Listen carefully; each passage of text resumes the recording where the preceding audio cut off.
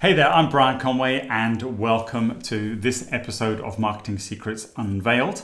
In this episode, I want to continue this conversation we've been having over the last few episodes, really around the discussion we've had about creating funnel bait, creating content that can be used to attract people into your sales funnel. Yesterday, if you look here, we looked at this diagram where I showed you how you can create different types of content.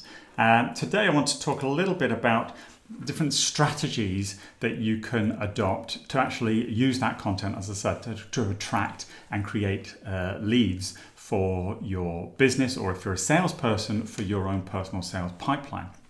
So yesterday, we talked about landing pages and having content that people would submit their details for, an email address or something to get access to it.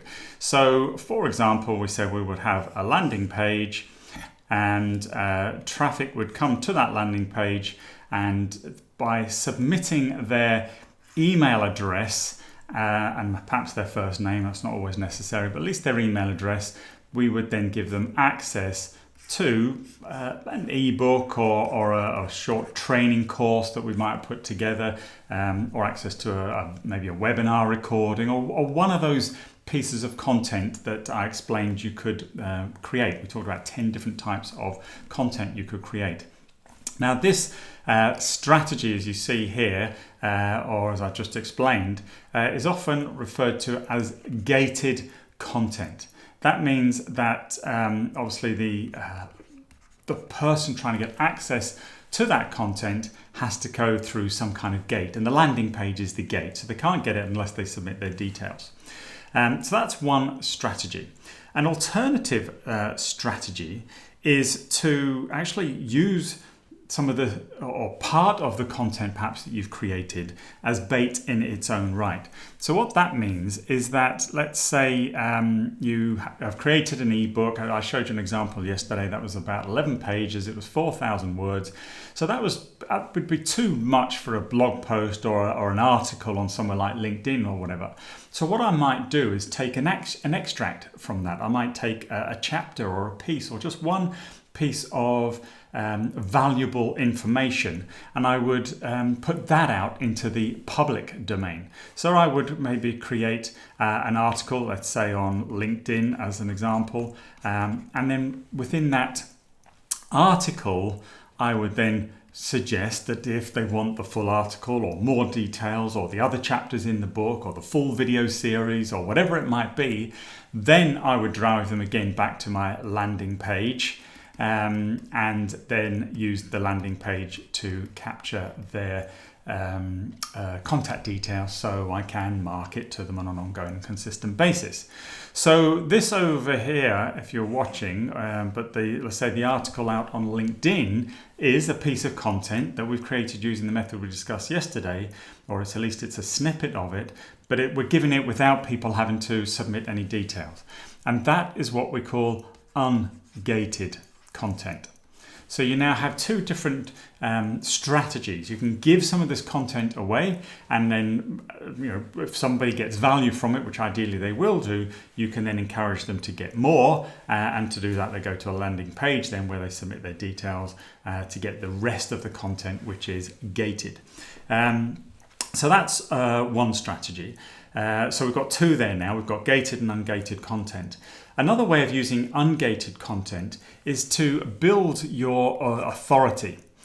So if you're looking to attract customers to you, particularly if you are a salesperson and you need to kind of get yourself out there, or you are an individual running your own business and your personal brand is more important to you that rather than sort of the company brand, then one of the things you can do is use all the content that we sort of created yesterday and start posting it in its entirety on sort of various sites. So as I said, you may have a podcast.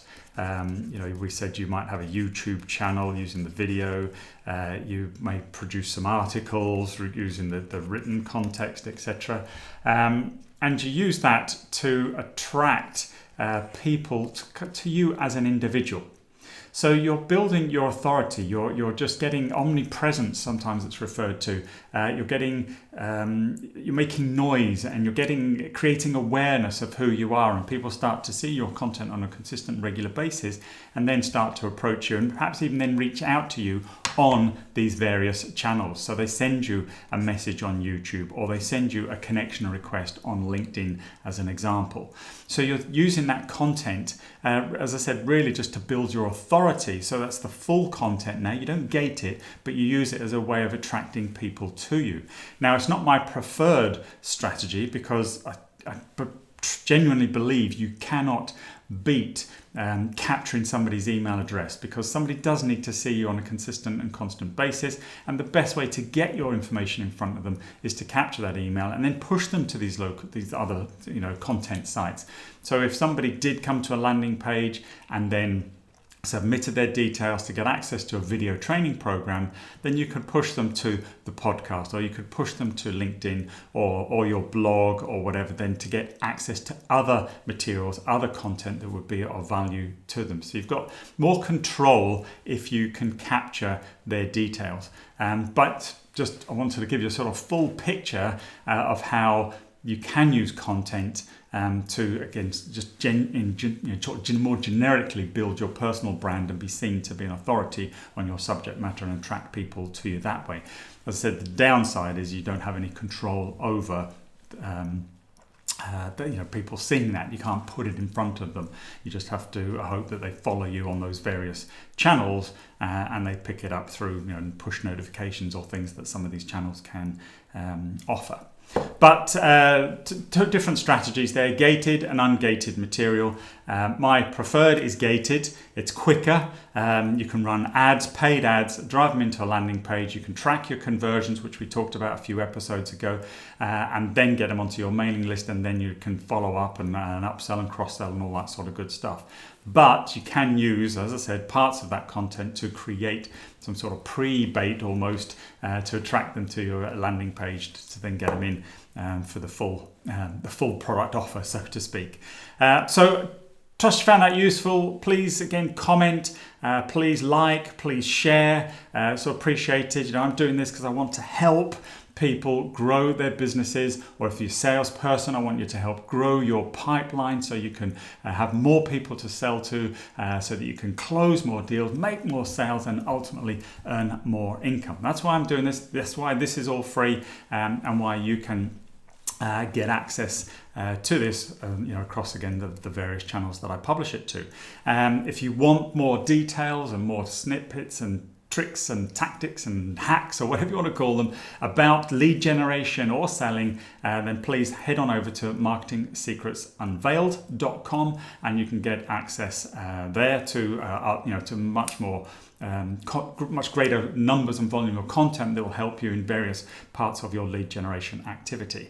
So, as I said, please comment, ask us any question you have about lead generation. We'll be more than happy to shoot a video for you and share that out to the, as I've always said, to the greater community as well, so that everybody can benefit from learning the insider secrets of what often we refer to as direct response marketing, which is our primary focus here. And then brand and personal brand marketing almost becomes a bit of a byproduct of this process, which is why I prefer to do it this way. So again, trust you found that useful. Please like, share, comment, etc. And I look forward to seeing you in the next episode. I'm Brian Conway. This has been Marketing Secrets Unveiled.